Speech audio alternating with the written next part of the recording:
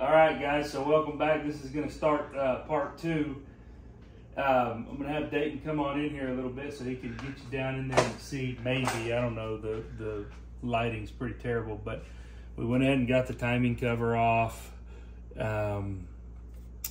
Finding out the hard way that you can't change the oil pump on these without lifting the motor up out of the motor mounts and unbolting the oil pan to make room to get to the bolt. So now we're at a point of decision making where this whole project may have just become a whole new project. I mean, we might as well pull the motor out, slap bearings in the bottom end of it, and just rebuild the whole flipping thing at this point. Because if I'm gonna have to lift the motor up off the motor mounts, you practically got the motor pulled at that point. We're already to the point where a couple more bolts and we'd have this whole motor ready to pull out. So we're trying to decide what that is. Dayton's not sure he wants to go to the extent of pulling the motor. I mean, honestly, I'm not either. We don't have a cherry picker or an engine stand, but those are easy enough to come by. So I don't know. We've got to do some thinking here. I'll cut you back when we decide. All right, so we are about halfway through. Get in here, Dayton, so that people can see what we're doing. About halfway through the second head. I know that some of the YouTube warriors are going to go, oh, you can't put those back together that dirty. We're not rebuilding the heads. We are resprigging them. But I marked every one of the valves. They're going back in the same spot. So I don't have any issues with sympathetic wear. We got one of the heads completely done. These new springs, let me show you one of these. This is what came in that Texas Speed kit. It's like a, I don't know if you can get it here in the light. The double spring. The old one, I don't have one here with me, but they were not a double spring. It was a single spring. But you got an inner spring and an outer spring here. It's not a difficult process to put these together, depending on which head tool you're using, which spring tool you're using. We are using this top compression style, and I'm going to be honest with you, not my favorite head tool. It gets the job done. You gotta, like, I mean, it takes a good bit of doing. You gotta kind of line the spring up here, get it where it's got a little bit of tension, but it can't have a hold of the inner spring, because if it's got a hold of that inner spring, then it springs off about halfway through, and I mean, all kinds of trouble. So, Dayton, I don't know if it's possible for you to film and do this. What we've been doing is, I've been doing the keepers. I'm sorry, I've been running the springs down, and Dayton has been putting the keepers in once I get the spring compressed enough. Because this thing likes to jump off, like a lot, I'll cover it. I put it on there, and I give it about 5 of those, which doesn't really do anything other than just kind of hold the spring. And then I give me a little wrench here, and I go 7 full turns. 9 if you're feeling real lucky. That'll make it super easy, but it'll jump off at 9. So 1, 2, 3, 4, 5, 6, 7. And that's the inner spring kind of popping a little bit. Shouldn't be an issue. Kind of a pain. And then basically I come in here and do this. Let's see if Dayton can video it. Which side are you going to?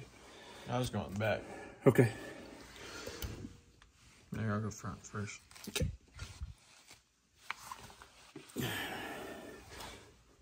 Let's try this again. I'm gonna hold it because oh, did you just drop one? Okay, I'm gonna hold it because I'm putting the weight down with my right hand. Whenever you're ready. There's one. Yep, I can't hold it. Okay, well, we got that one on. So that just kind of reinforces what I was saying about this not being really the greatest tool. I did the first 2 springs by myself, and it was really difficult. So you really need 2 people for this. So a little bit of how-to on this. I'm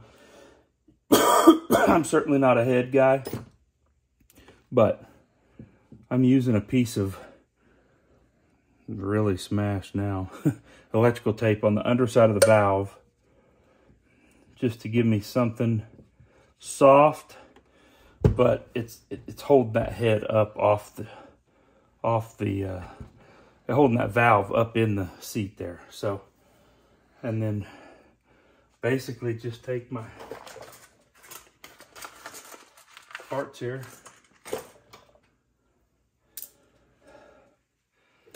that on there. We'll try again. That one probably went worse than any of them we've had yet, huh?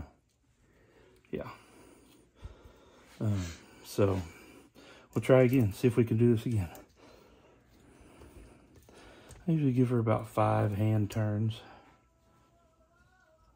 Caden is singing it up in there. 1, 2, 3, 4, 5, 6.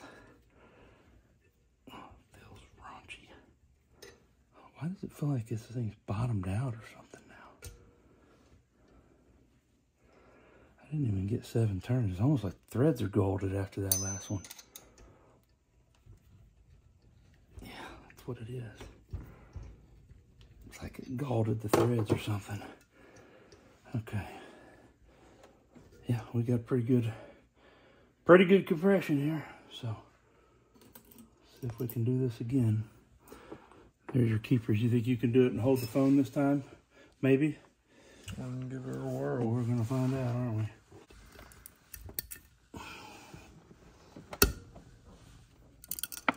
Yeah, I don't want that. Just grab another one. Okay, so you're going to the back side. Yep. In? Yep. Awesome. And that's how they've been going when they go good. Just unfortunately, not all of them are going good. So, and it feels like our spring tool is about to give up the ghost. That's weird. It's like I don't know. Okay, so that's it. We'll be back. All right, that's what it looks like when it's all done. Got that one done. The other one's over there on the floor. We have ourselves one heck of a mess here, but we're getting there. So the next part is we got to get a cherry picker and lift the motor up to drop the oil pan to get the oil pump off. New fun stuff with LS. So anyway, that'll be tomorrow. It's about 10 o'clock tonight. We're going to bed. So we'll try to get some video tomorrow of the next part of the process. We'll see you there. All right, guys. So I haven't done a very good job of recording very much of this because it's kind of become a thrash. And we've had to chase some parts and different things like that. But I'm going to show you where we're at. I know I left off at the end of the last deal saying we had to get a cherry picker, and I was going to show you all that video of dropping the pan and everything. And actually Dayton had a friend come over and help him with that, and I was gone and none of it got recorded. They dropped the pan, they got the oil pump off, we got the new oil pump on. So let me just get you in here and show you. The balancer's back on. Dayton is actually working down there right now. There he is. Got the oil pump on. Balancer's back on. I got to put that bolt on. Dayton's working on those front oil pan bolts that go in the very front of the pan that actually go up into the bottom of the timing cover. Got the alternator bolted on. Water pump's back on. New gaskets there. Got the balancer on with the new balancer bolt that came with the kit. By the way, I should have cut it on and done a little how-to on that part, but your standard balancer installer kit that you're going to get from like O'Reilly's or anything like that is not going to work on an LS motor. I recommend that you go to the dealership. I'm going to give you the part number. Call up your GM dealership, tell them you need part number 1157 0163, 1157-0163. That is the crank bolt for LS. Was it a 7 or 8 that you ordered, Dayton? I think it's a 7. LS7 crank bolt. It's about an inch longer. You use that to get the balancer started, till it bottoms out, back it off, put your new bolt in, tighten it down that way, and then torque it. 59 pounds plus 125 degrees on the torque on the balancer bolt, crank bolt. I should have showed that, but I didn't. This has just become, Dayton's leaving town tomorrow, and we got to get this thing done. So I haven't had a whole lot of time to do as much like how to and show you the process along, but it's where we're at. So I think what I'm going to do is I'm going to go ahead and just cut this one off here, and I'll show you where we're at one more time. Still got to put the heads on. So the heads on both sides need to go on. We did clean the pistons. I don't even know if I showed that on any of the videos, but I got to put the lifters in. The cam has already been swapped. I didn't get any video of that. I mean, I've done a terrible job of videoing this. I'm going to post it anyway because that's what I do. Assemble everything, radiator and all that. It's got to go back in here. We had to pull the condenser and the radiator to get the camshaft out of the motor. Intake on the motor, wire and everything, hook up fuel lines, boom, ready to go. And then it goes to the tuner on December 12th, I believe. Yep. And we'll try to get some video at the tuner when it's on the dyno, because that'll be kind of cool. So if you do get one of these kits, you are going to have to retune the car, because the timing, cam, lobe separation is pretty aggressive on it. I mean, it's going to take a totally different tune than what would have came from the factory. So just bear in mind. Anyway, I'm going to end that one off here. I'll get you back in here and show you as we kind of put the heads back on, torque those down, headers go on, all that kind of good stuff. And we'll rock and roll from there. So thanks for watching. Like, subscribe, comment, all that good stuff. And we'll see you on the next one.